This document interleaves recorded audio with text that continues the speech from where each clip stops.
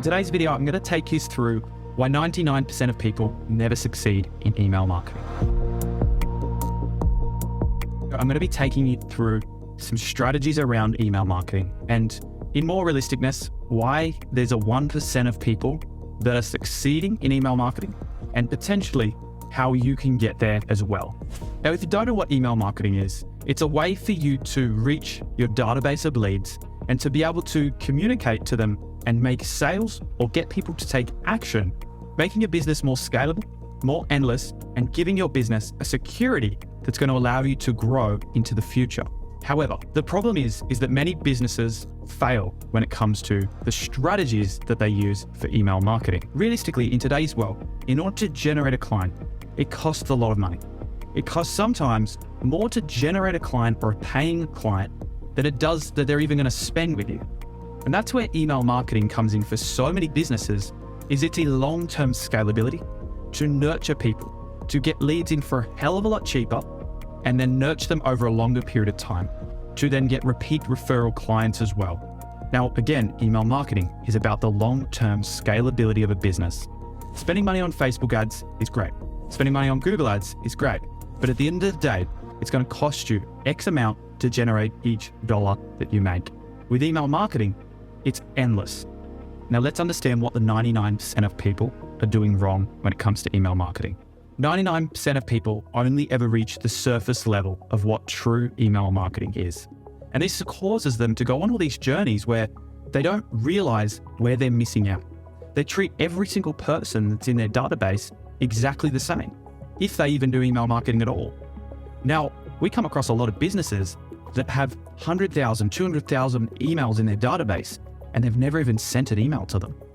And I explain to them that they're losing potential clients in their database, and they're never even sending any emails to them.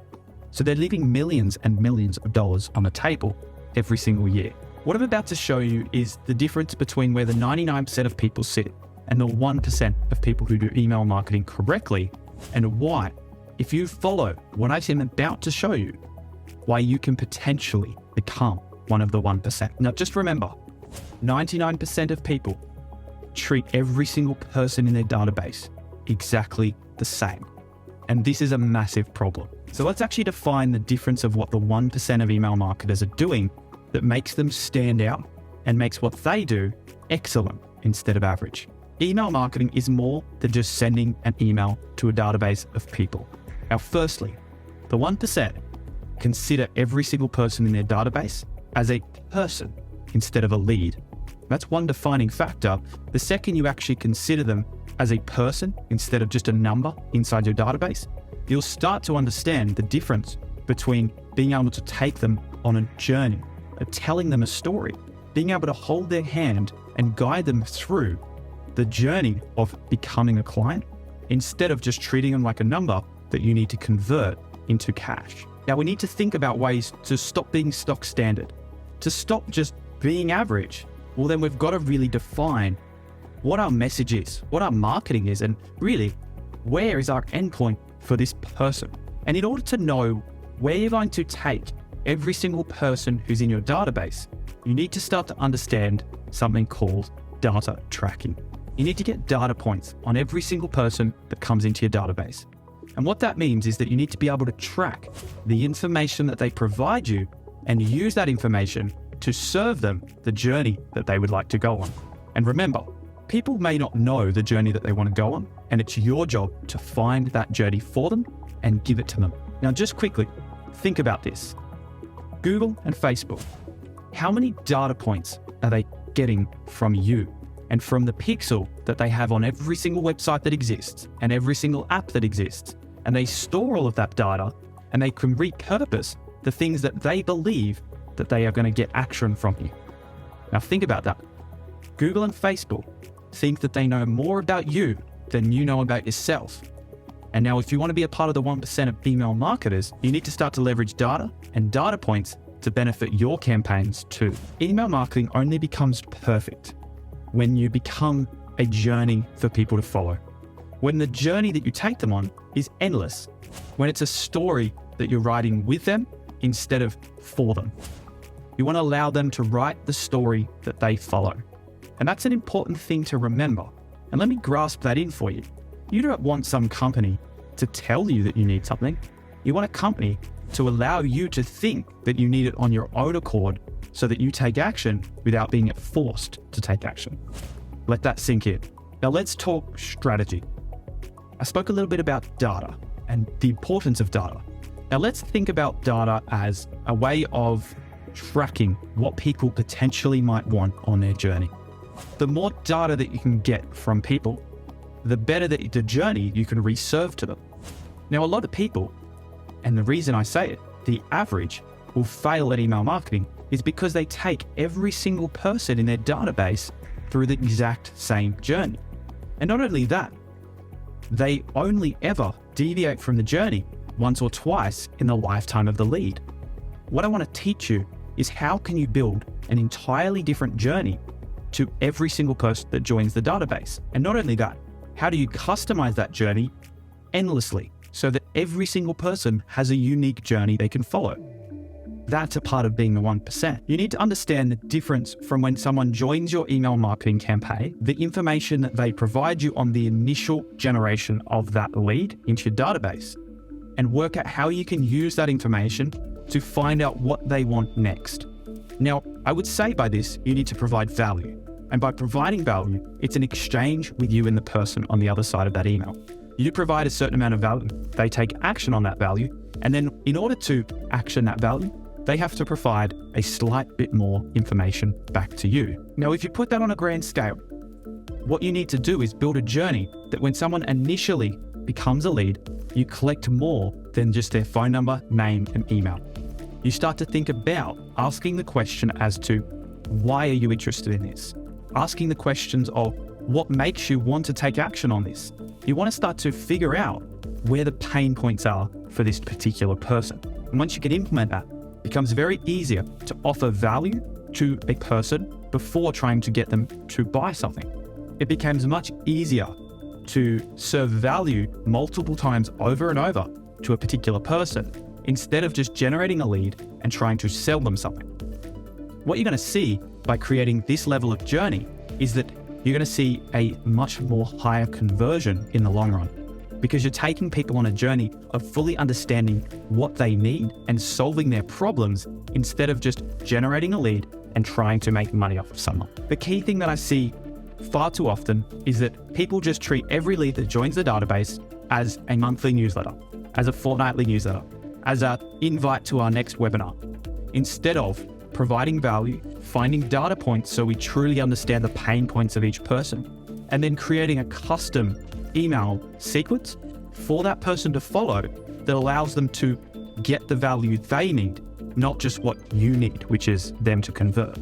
So every time you have a lead join your database, you want to sequence them out into between 5 and 15 fields of information. So you want to be able to filter them into the next email they get is customized to the what information they gave you. So for example, if I was selling a hammock, what I would ask is questions like, how often do you go hiking?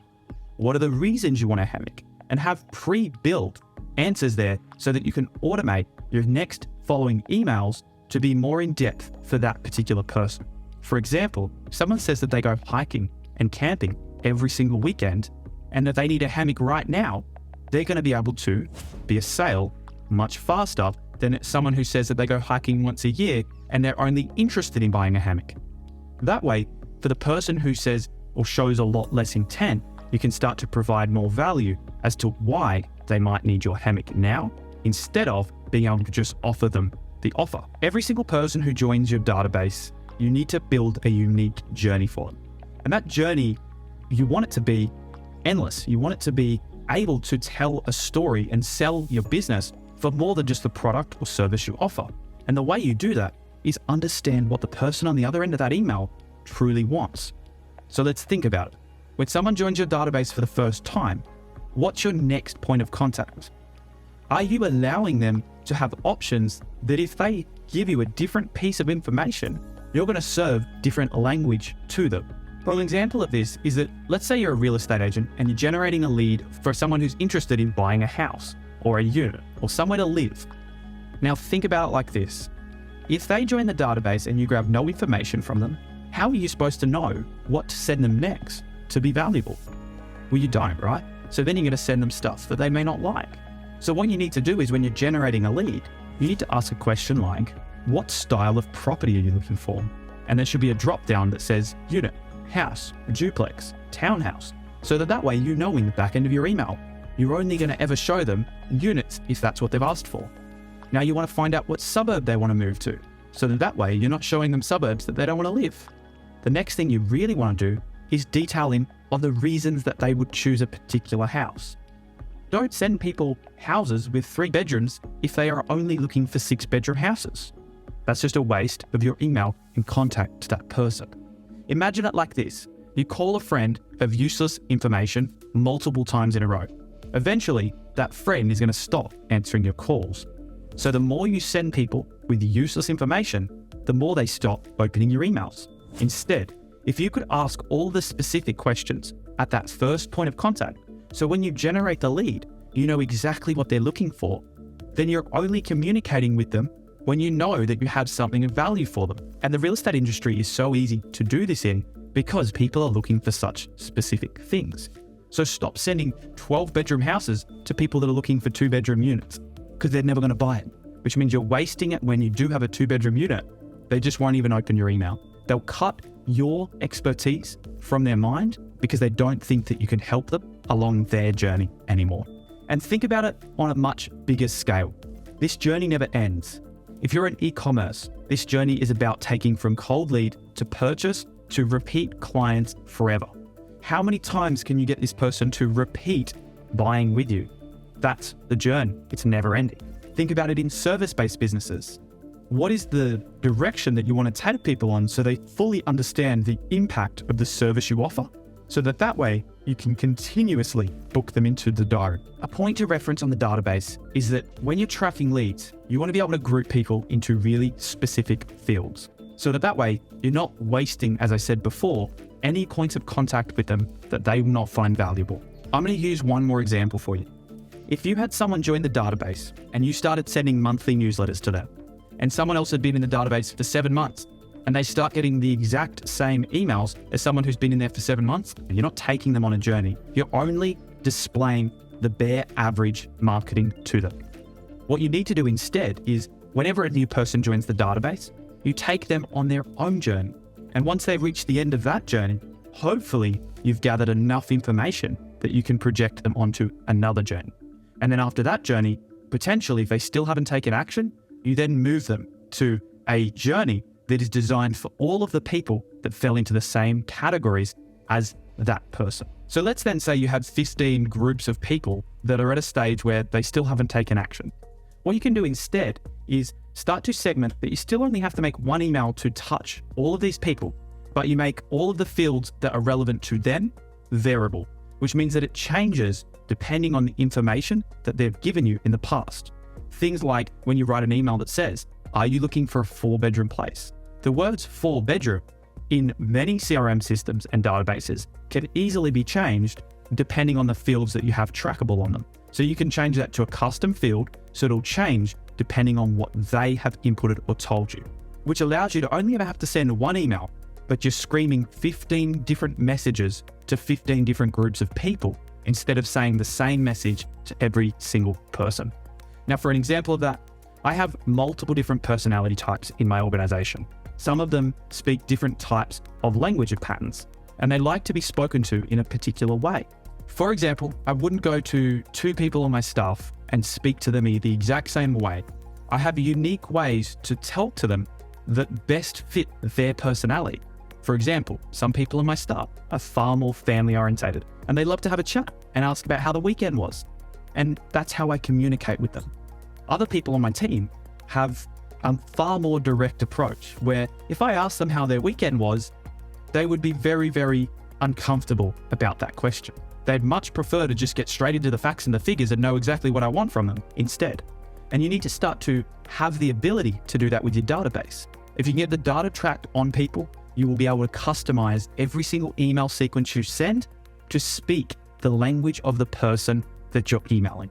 Imagine this. If you have someone that speaks English, you're going to send them an email in English. If you have someone who speaks Japanese, you're going to send them an email in Japanese instead of speaking English to someone who speaks Japanese and Japanese to someone who speaks English. So one thing you need to remember is personality profiling is extremely important when sequencing who to send what emails. Now guys, this was a little bit in depth. It was scraping the surface of what it takes to be a 1% of email marketers. Now remember, if you do want to be 1%, this is one of the most complex data-based things that your business will entail. You need to make sure that you think about it and that you get it right. You don't want to be average, because the average businesses fail when it comes to email marketing. And for most businesses, email marketing is the reason that they succeed long term. So again, don't be average. You want to be a part of the 1%. Thanks for watching this video, and I hope that you found it valuable. If you do have any questions around segmenting or making your email marketing better to be a part of the 1%, then feel free to let me know your questions in the comments. Thanks so much, and I look forward to seeing you in the next video.